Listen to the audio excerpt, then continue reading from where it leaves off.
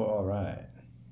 So I am now opening day 2027. My last update was a recap at the end of the 2026 season. So I'm going to do a season preview and off-season recap all in one here. Let's go to the preseason predictions. Orioles predicted to win 95 games. Next best in the AL is predicted to be the Yankees at 88, 7 games back. 838 runs would be the best in the AL. 681 runs against would be tied for best in the AL. Both of those are top 3 or 4 in all of the league.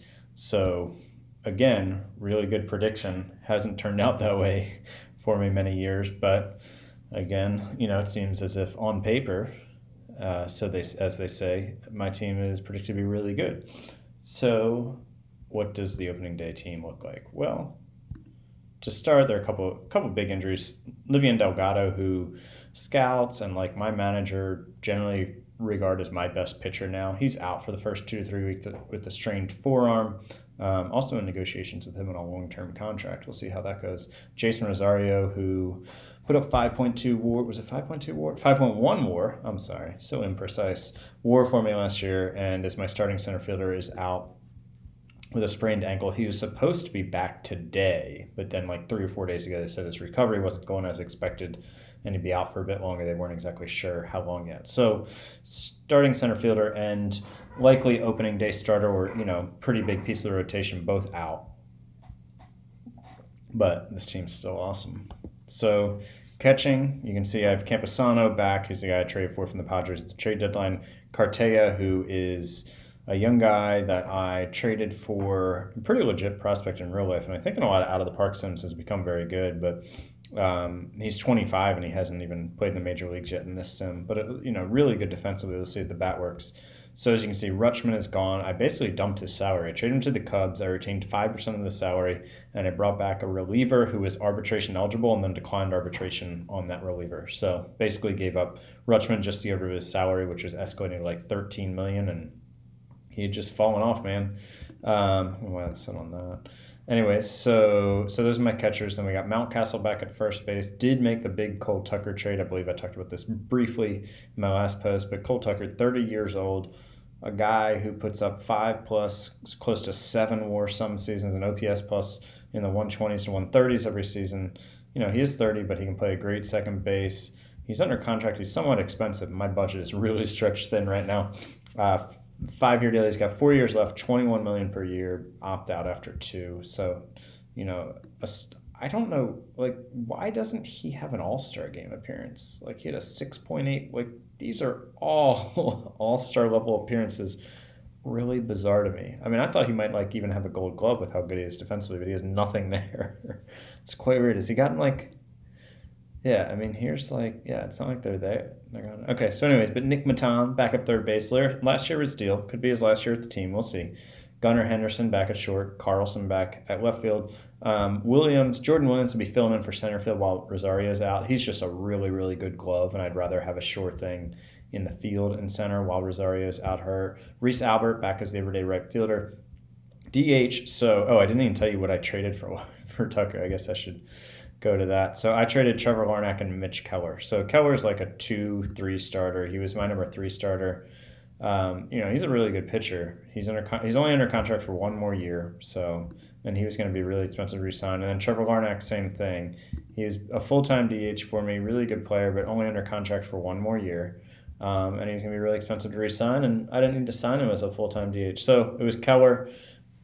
1 year of Keller, 1 year of Larnach for 4 years of Tucker. I'll take that. So the DH spot, which has been Larnach's the last several years, Colin Hall, who got 435 plate appearances for me last year and put up a 120 OPS plus. He will play against righties versus lefties. It'll be Raul Baracierta, who last year got 256 plate appearances for me and put up a 141 OPS plus. He crushes lefties, so I feel really good about those two guys that they can do anything near what they did last year. So that's the hitting. The pitching side of things, of course, Delgado is out of the rotation, so it's a little thin. But Patino and Lacey are back. Blake Cederland, who you remember I got at the trade deadline last year because he was a free agent, has been a really good pitcher for the Pirates, 2.7, 4.3, 3.2 WAR. And then last year was out most year with an arm injury. Came in and made 13 starts for me. He only put up 0.6 WAR, but He was one of the better starters out there, and with trading Keller, I needed to bring in another starting pitcher. So I brought him in 3 years, 10 million, 9 million, and then it's a mutual option. He's got an opt out for last year, 13 million, or I can buy him out for 2 million. So he'll be my 4 starter when I'm healthy, but 3 for now. Then Mitchell Stone, the guy he's been around forever, and he really seemed like he was becoming a solid number 4 starter for me, and then has just really tailed off. But he's in there for now. And then Jack Perkins getting a shot at the rotation, the 8th overall pick in the 2022 draft, who really has just never been that great in the minors for me. If you remember, Asa Lacy was never all that dominant in the minors for me either, and then he came up and just took it to another level. Perkins pitched 18 innings for me last year and was awful, but 4.4 home runs per 9. Obviously, that won't continue. It's some bad luck. So he'll get a shot. We'll see what happens. Bullpen, Joe Jimenez was a big free agent signing. One of the better relievers in baseball, according to my scout. Had a little bit of a down year last year with just 0.6 WAR after putting up 2.8, 1.8, 2.1. FIP was much higher, had been running in the low to mid 2s, and it was a 4.12 last year. So he wanted a 4-year deal worth 11 to 12 million per year was his demand. So he was going to sign for less than that per year. So I just said, how about 1 year for 15 million? And he took it. So I overpaid his average annual value that he wanted, but instead of paying him 60 million over 4 years, he wanted 45 million or so over 4 years. I gave him 1 year, 15 million. So he's there. And then Little and Corrigan, who have been backbone of my bullpen last year, they're back. They're great. Feltman's there. He's been around forever. Hackemer was the guy I got from the Pirates at the trade deadline this year. Clayton Andrews I brought in because I need a lefty. He looks like a decent lefty reliever. He's cheap. He's had a couple decent seasons with the Giants. I traded Leo Martez to him, who's a 23-year-old minor league infielder, really good glove but bad bat. He was a guy who I signed as a 16-year-old for $5 million, and his bat's just never come along. So, oh well. And then Dylan Lawson and Joey Yancey, 2 guys who have been in my bullpen for a while. So that's the pitching staff without Delgado for now. And then let's go ahead and look at the player development, the prospects. My farm system is all the way up to 5th now after being 11th last year. So Julio Concepcion, right? Concepcion, sure. So 18 is a little young to have a guy ranked the 8th prospect in baseball, I think. That's one thing that's different in this game from real life. I mean, in real life, you'll get guys like Jason Dominguez who are still sometimes can't miss. But generally, guys that are 18, it's really hard to get this high up in prospect rankings. But we'll see how he does. I've had guys be this high, this young, and then they just kind of trail off. We'll see. Franklin Sanchez, this won't be the level he'll start at. I'll move him up. I haven't set my minor league rosters, but he's my free agent, international free agent signing in 2023. He's 16. He was great last year in rookie ball. He's a number 23 prospect. Could be a stud center fielder. We'll see. Bob Maldonado is moving his way up. He'll probably start the year in Double-A, but he put up 5.3 WAR and a 140 OPS plus last year in Frederick. I could have moved him up sooner, but he was so young I just decided to let him keep crushing it. Ortega's really far away. Schilt and Bills were both, 2025 supplemental round picks when I let Marquez and Verdugo go, and I got supplemental round picks. So Schilt is moving his way up. He's already Double-A. Bills, I'm not sure where he'll start the year. Maybe A-ball. So those are the top prospects. Money-wise, you can see I only have $9 million left in the budget this year, and that is with only $9 million for player development and $9 million for scouting, which is about half of what I normally spend on those. I also budgeted $0 for the draft. I can still spend any of this money on the draft, so I'll have money to draft with. And so Rosario's in the last year of his deal. He's making 16.5. Matan, 11.2 in the last year of his deal. What else is there? So Cedarlin and Tucker both have opt-outs after next season. Gunnar Henderson got $6.6 million in arbitration, which is absurd for the first year of arbitration. I mean, look at this. OPS plus right around 100 all 3 years.